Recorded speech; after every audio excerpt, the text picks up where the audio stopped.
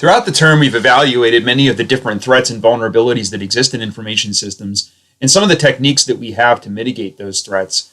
In this unit, we're going to formalize some of this. We're going to talk about officially how to conduct vulnerability assessment, assess different threats. And we'll talk about some of the tools that are available to assess those threats and vulnerabilities, and then just a few things about mitigation techniques, although we've talked about much of this in much more detail.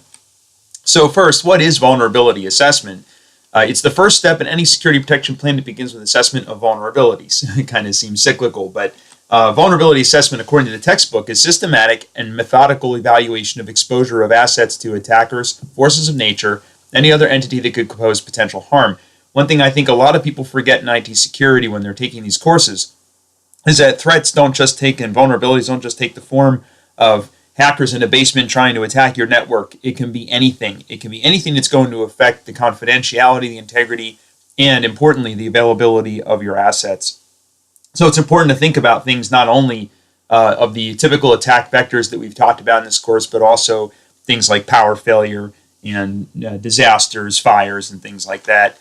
So there's a variety of techniques and tools that can be used in evaluating the levels of vulnerability.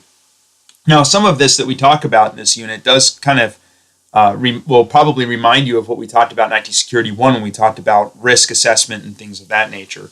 So it is very closely aligned with risk assessment. So vulnerability assessment involves identifying what needs to be protected, which is asset identification. If you recall, when we talk about risk assessment in IT Security 1, we talked about asset identification, how to identify your assets, know what you have and what its value is, and also to evaluate the threat against those assets. So what might cause you to lose that availability or confidentiality, integrity with that particular asset? How susceptible the current protection is, what damages could result from the threat.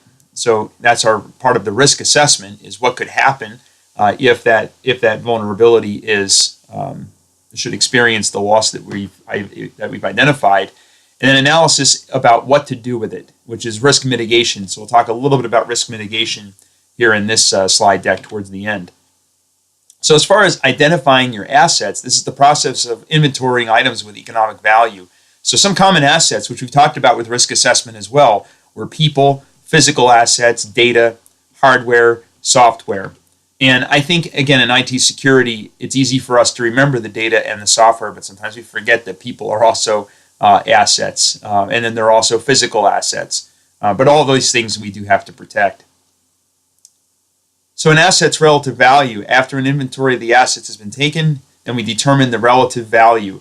And the value is based on the criticality to the organization's goals. In other words, how important it is to us, how much revenue it generates, and how difficult it is to replace that asset, and finally the impact of the asset's unavailability to the organization. So if we lost this item today or this asset today, or lost access to that asset or unable to use that asset for a period of time, we want to evaluate what that cost would be to us, what that value is to us. And it's important to understand what the values are of all of these assets to organizations so that we can prioritize how we protect these things.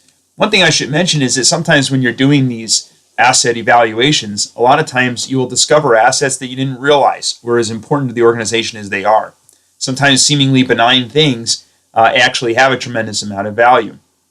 A good example is email. Most people aren't particularly fond of email or instant messaging and communication platforms like that. But if you do an evaluation, you may find that that's one of the valuable assets to your organization, because if you lose access to email and some kind of instant messaging platform, it brings communication to a halt for a while. People have to actually pick up phones, which seems a little crazy, but there is certainly a hefty value to that. And it's certainly something that you can take a look at. So you can rank these things using a number scale or any scale that makes sense for you, something that helps you objectively analyze the values of all of these assets. You're not just coming up with numbers, you're actually using some kind of mechanism or some kind of technique to try to assign a ranking to each of these assets so that you have some objective number that you can use to make your determinations. So now let's start talking about some of the material that's in our textbook for this unit. So first we're going to start with the threat evaluation. So a threat evaluation is a list of potential threats from a threat agent. You may be asking what a threat agent is. A threat agent is anything that poses some kind of of a risk or of attack or loss of availability. So threat agents don't have to be just hackers sitting in a sitting in a basement like I talked about before. Threat agents could also be things like natural disasters, fire, severe weather, and so forth. So some common threat agents: natural disasters, compromise of intellectual property. So if software is pirated or copyright infringed. And by the way, as far as compromise of intellectual property, that's not just a risk or a threat to us if it's our intellectual property, but also if we are using someone else's intellectual property.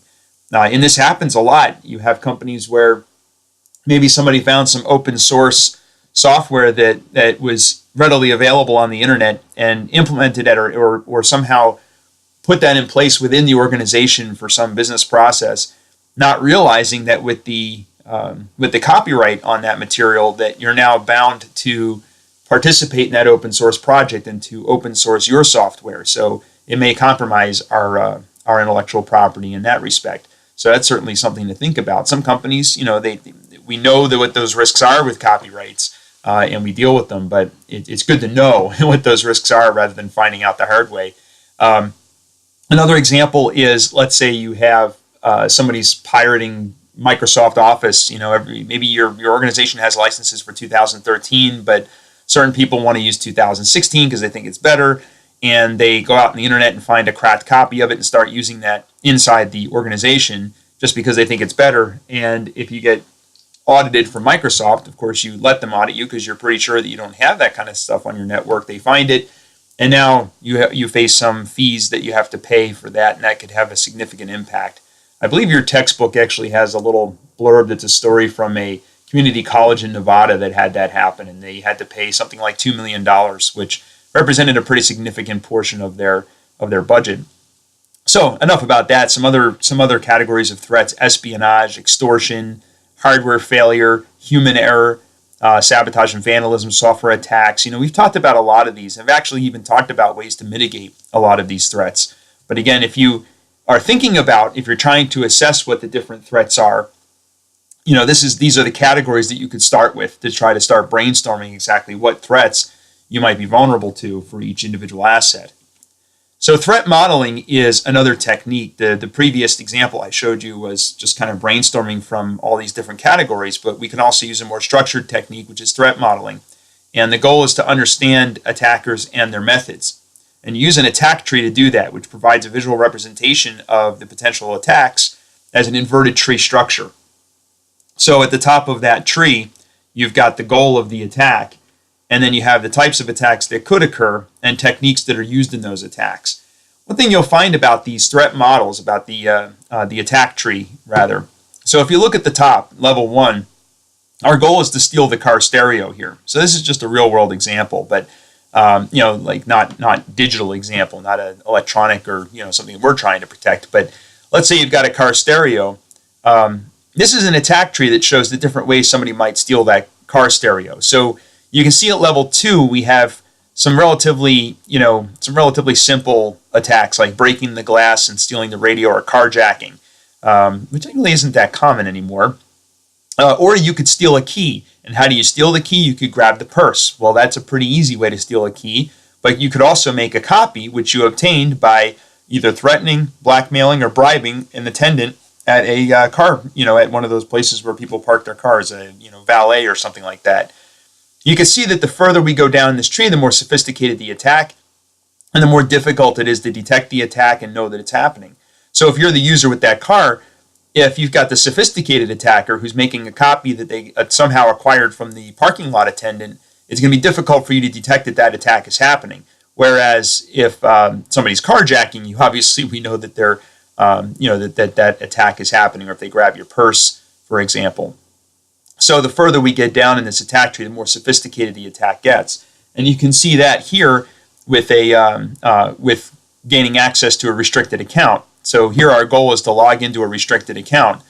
Well, we could try guessing the password. That's not very sophisticated. We could steal a password digest file, also not very sophisticated if you have access to it. Or we could learn the password by finding it written down, by getting the password from the user, which might require some either some social engineering like shoulder surfing, or some kind of technical attack using something like a keylogger to try to get that password. So you can see here that the further we get down in this attack tree, the more sophisticated the attack is.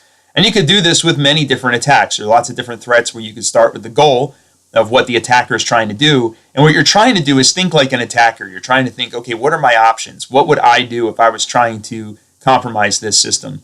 And one thing that helps us create this attack tree is a class like this. In this course, we learn as many techniques as we can about different ways that attackers can gain access to our assets or compromise our assets. So hopefully from this class, you've learned enough of these techniques that you can start to think like an attacker and start to create these attack trees with as much sophistication as possible.